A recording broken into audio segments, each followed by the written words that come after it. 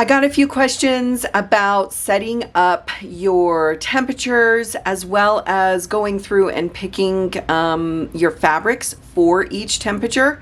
So let's take a look at what I've picked, how I divided my temperatures up, what kind of guide I'm using, and I'm hoping this will help you pick yours. Remember that the pattern link is in the description and you are welcome to join me in making the Rocky Weather Temperature Quilt. So the first thing that I did was gathered all my fabric, and you can kind of see in the previous video I go through my fabric options. I divided my fabric up into the sections based on the color wheel. So the coolest is going to be the dark purple, and then we're going to move into the blues, into the greens, into the yellows, oranges, and then pinks, and then the red is the hot. If you've already done your homework before, you already know what your lowest temperature is as well as the highest temperature. So what I did next was I cut up just scraps of pieces of paper, and I started writing down temperatures on them in different increments.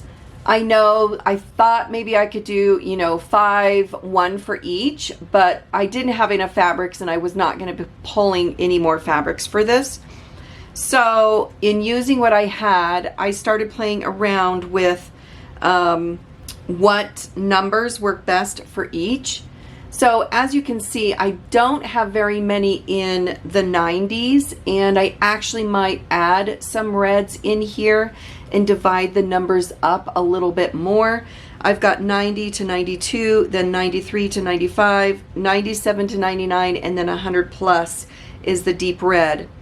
Then from there, I had enough to do 1 fabric per degrees in the 80s as well as in the 70s, and then in the 60s started going back to 2. So kind of lay your fabrics out, start playing around with them. What I'm going to do next is print off the quilt block markers set, and there's areas that are blank as well as labeled with alphabets as well as labeled with numbers, but I really want the blank ones. So I'm going to print off blank ones and start labeling these properly and pinning them to the fabric.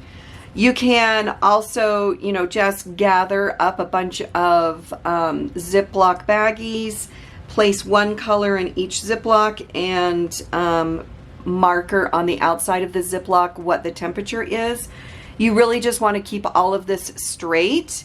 And then what you can also do on the 1 page is print a few of these off, and then along the fabric swatch side you're going to place a piece of the fabric and then write the temperature range for it on the right side. So this works, but then you can also use the quilt block markers to start pinning to your fabrics as well. You may wonder why I have so many fabrics, and typical temperature quilts, each block for the day doesn't touch the previous block, or if they do, it's just a minute part of it.